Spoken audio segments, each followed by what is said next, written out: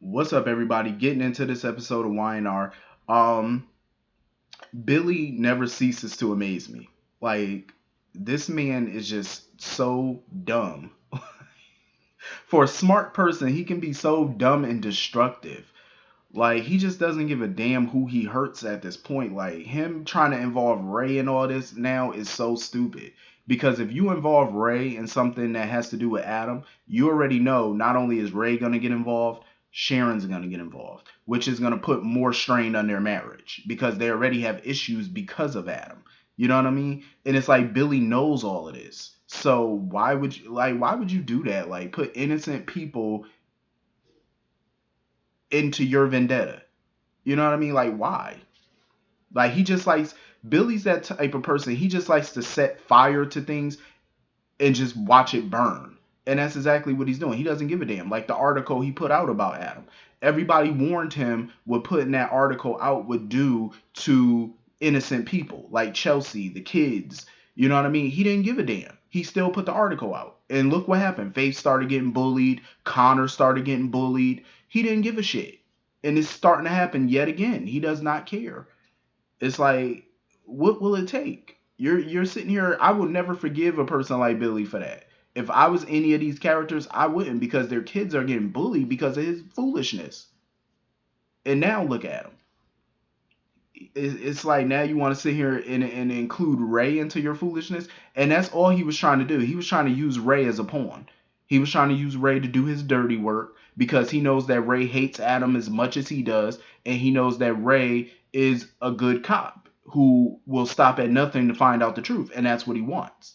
He wanted Ray to do that, to jump on this. But I was actually happy with Ray's response because Ray pretty much said everything I was thinking. For one, Ray cannot really get involved in his case because whatever happened to Jesse Gaines, it happened in Italy, way out of his jurisdiction, so there's nothing he can do. The best he can do is call the authorities out there and have them look into Jesse's disappearance. That's the best he can do. But there's no evidence that there is a disappearance.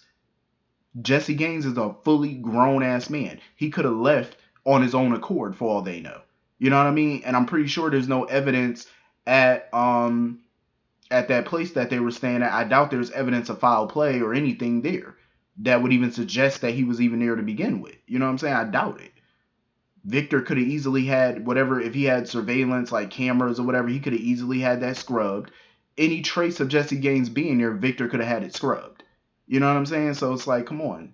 There's nothing there. And that's why Ray even told Sharon. Because Sharon walked up on the conversation and she was curious as to why they were so intently talking. And Ray was sure that there was going to be no evidence. He was sure that there was nothing to this. Because there isn't. Billy has nothing. So, of course, Billy has to get on the phone, call his investigator to look into it because he got nothing. He has absolutely nothing. No cop in no town, state, country is going to investigate something that there's no evidence to. And there's no evidence. Jesse Gaines was a grown man who could have left on his own free will, for all they know. There's no blood anywhere. There's nothing. You know what I mean? Like Billy's just on a witch hunt at this point, doing whatever the hell he can to take Victor and the Newmans down. Mainly Victor and Adam and Newman Media. That's what this is all about. His stupid ass vendetta against Adam. It's like, when will it stop with him? Like, his obsession with Adam will definitely be not only his downfall, it's going to be Chance Com's downfall, it's going to be Lily's downfall. That's why I said before, Lily needs to get him under control. She is co-CEO of Chancecom. She needs to start putting her foot down with him and stop enabling his bullshit. His mother needs to come back to town and fire his ass and stop enabling his bullshit. Because between Lily and Jill, they enable him. This is why he does what he do. Because they keep handing him things. They keep patting him on the head, keep going with his foolishness. Jill does the same thing. Every time Jill acquires a company or, want to step down from Chancellor or whatever it is she wants to do this week, she always hands power over to Billy. I'm like, stop doing that stupid shit, because he uses that power to go after Adam, and it's so dumb because that stuff like that can ruin a company. Instead of you trying to be a boss and make more money for the company, you're using company assets and stuff like that to take down your enemies, which is costing you more money and not really making you anything. You know what I mean? Billy is just an idiot. And until he lets go of this obsession with Adam, it's going to always just destroy him. and destroy everything he touches. Like, he's a fool. Um, I was so pissed though when he interrupted Adam and Sally's spontaneous date. I was so mad because they were out celebrating, because all the people, all the publications in Europe are talking about Victoria's dress that Sally created, and so they got a lot of buzz off of it. So they went out to celebrate, and here come Billy interrupting. I said, Billy, you ain't got nothing better to do with your life, just nothing. Um, he basically was on a fishing expedition. He was probably hoping to rile Adam up into saying something or whatever. And Adam was not taking that bait. Adam was like, listen, I don't know what you talking about. He said, for all we know, maybe Jesse Gaines got a better offer. He said, we'll never know, I guess. Adam was just so over Billy at this point. Um, Billy is never going to forgive Adam for the whole Delia situation. That is apparent. And I think, Adam pretty much knows it as well. Like, Billy's going to forever hate him, forever come for him. It's just, Billy's not going to stop. He's obsessed, and it's driving him crazy. He's not going to stop until he shuts Adam down for good. And it's like, I don't see how you plan on doing that, but okay, you could keep taking your best shot, but you just going to keep coming out the loser. You're wasting your time. Billy's an idiot. And when he was talking to his investigator or whatever, I'm glad Sharon overheard that conversation because she had a feeling that whatever Billy and Ray were talking about had something to do with Adam. She had that feeling, so when she overheard this conversation, she knew. Her suspicions were confirmed that Billy just needs to let this go. And she was wondering, like, when will this end for him? Like, when will he stop trying to destroy Adam? Never. Like, Billy's just a destructive ass. That's all he is. Um. So anyway, moving on from that, Phyllis and Nick. Lord have mercy. I was never a big fan of them as a couple, and the reason being is because there's no spark with them. It's like you could just feel sexual tension between them, and that's all it ever is between Phyllis and Nick. Sex. As soon as he came back to town and stuff, she was kind of teasing him about going to see Sharon before he saw her or whatever. And I'm like, because his son is back in town, so they kind of wanted to have a little family reunion real quick. Um, and all they do is have sex. Of course, they went to the elevator, went upstairs to a suite, and they got busy. I'm like, of course. Um, Phyllis needs to see the writing on the wall with this relationship with Nick. Her and Nick are not gonna last too much longer. Their relationship is literally on life support at this point because Phyllis keeps asking Nick, "Are they good?" Or "I'm just trying to make sure we're good." If you got to keep asking your significant other if y'all are good, that means you're not good because you would know if y'all were good or not. And the fact that you have to keep asking Nick that, you're not good. Um, because she wants Nick to open up to her. I'm like, all he does is keep whining about the Newmans. That's all he keeps doing. Bitching and complaining about Victor cutting him out or leaving him out of situations or whatever, or being left on the outside of problems or whatever with the family. I'm like, Nick, you need to you need to choose. Like, are you a Newman or are you not? Because Nick most days keep acting like he doesn't want anything to do with Victor. He doesn't want no parts of whatever he's plotting or whatever. And then on other days you're mad because he's icing you out or whatever. I'm like, because you're wishy-washy. 1 minute you're in, 1 minute you're out. And he always has an issue with Victor's methods. So if you have an issue with Victor's methods all the time and you always want to be sanctimonious, of course Victor is going to keep you out the loop on certain things because Nick is a goody two shoes who always think, he's self-righteous. And Victor ain't got time for that. That's why Victor doesn't tell him certain things. Um, because when it's time to get your hands dirty, Victor rather have people on his side who are not afraid to get their hands dirty. Nick is that type of person.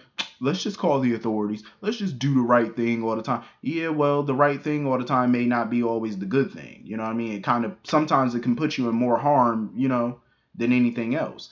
So Nick just needs to shut his mouth and stop acting like a damn crybaby all the time. He's like a big man child. And then it's like, Phyllis hates your family, but yet you keep confiding and whining to her about your family. What do you expect her to say? Good things? I mean, she's just being honest with you. And he chews her head off all the time. Don't disrespect my family. Don't. Well, then stop complaining to her about them. It's that simple.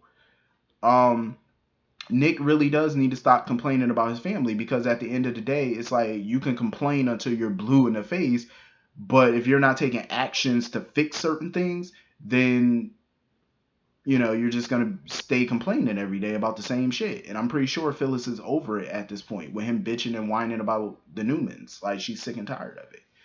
But I actually agree with Phyllis today that Nick needs to ignore the family drama. You know what I mean? Like, you're successful, your kids are successful, you're living a good life. Remove yourself from the situation with the Newmans. And of course, Nick got angry with her for that. Like, he really did. My thing is, I agree with Phyllis. I mean, look at Abby. And I know some people feel Abby is boring or whatever. I like Abby because you got all this Newman drama over here. Abby's over here minding her business, handling her own stuff, staying away from their drama. I like it. You know what I'm saying? Because I'm the same way in real life. I don't let nobody's problems become my problems. And that's the problem with Nick. He allows the Newman family problems to become his problem. It's like, I understand wanting to be there for your family and stuff like that, but the family is always in some shit. And that can be very draining. Mentally, physically, everything. It can be draining. So it's like, I respect the fact that Abby stays in her own little world. Like, sometimes I forget Abby is Victor's daughter because she barely interacts with that side of the family. Um, she just stays to herself. She has her own life and she lives it. And I can respect that. I love it. And I think Nick should start following her lead. Look at her. You don't see her sitting around every day complaining about her father, complaining about Victoria, complaining about Ashlyn. No, she out here living her own life with a baby, just, figuring out her own stuff.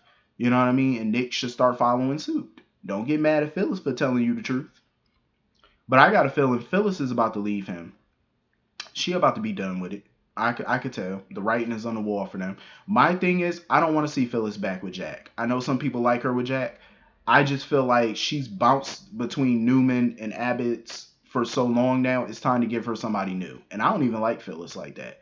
But it's time to give her somebody new. She needs to be with somebody fresh, not a Newman, not a Abbott. She's been there, done that with Jack and Nick on numerous occasions, and those relationships have never worked out. So it's like, why keep shuffling her back around, passing her between both families every time? It's annoying. It's like, let that shit go. Let that relationship go. Um, so anyway, moving on from that, I will be so happy when they're done with this whole Sutton case. And I find it funny because Sutton is a big politician. How come Chance Comm or nobody is running a story on this scandal? Him being arrested for murder and stuff like that. Why are they not running stories on this? This is a story Billy should be chasing. I mean, it involves a politician, who has a lot of pull and a lot of resources. Wouldn't you rather run a story like that? That should be headlines, big headlines. Um, so Mike basically wants Amanda to testify against Sutton at the trial and stuff like that because it'll help the defense's case, it'll help the prosecution's case against them, and may secure a conviction. I mean, Devon is he's cautious because he was like, if Amanda does that, then Sutton may want to retaliate against her because, I mean, the man does have resources and stuff like that. So he could make life more difficult for Amanda. At this point, though, Amanda don't care. Like, she wants justice for her dad. She wants, her mom and sister to finally have some peace and stuff like that. I could respect it. I'll be happy when this shit is over though, because I'm ready for Amanda and Devon to start focusing on their relationship. Because it seems like every time we see them, they're either having sex or they're focused on this Sutton thing, and Devon is focused on Dominic and stuff. So it's like, we need them to get focused on each other for once. That's what I want to see, honestly. So of course Devon got the text. He had to run off to Abby's, to the Chancellor Mansion or whatever. It's not looking too good for Chance at this point. Like, Christine is making all these phone calls trying to get updates, and people, they got the Justice Department or whatever looking through all the debris. But so far, it's not looking good about Chance. I mean, Abby's trying to keep her head up and be positive about it, but it's not looking too positive. Um, it's not looking good at this point. Devon and everybody's trying to be there for her, but Devon and Ashley pretty much always felt like this was a possibility. Once Chance took that assignment, they kind of figured something like this could happen. And Mariah and Tessa and all them don't want them to get ahead of themselves, but I'm like, shit, what else can they think? I mean, it's not looking too good at this moment. Um, so anyway, that was pretty much the whole episode. It was good to see Sally and Adam go on this spontaneous date, though. It really was. I like their chemistry. I really do. I think Sally could be an asset to Adam. I really do. She definitely can, cause she's a troublemaker just like he's a troublemaker. So I think that shit goes hand in hand for the two of them. But anyway, hit the comment section. Let me know what you guys thought about this episode, and I'll see you all later. Have a great day. Peace.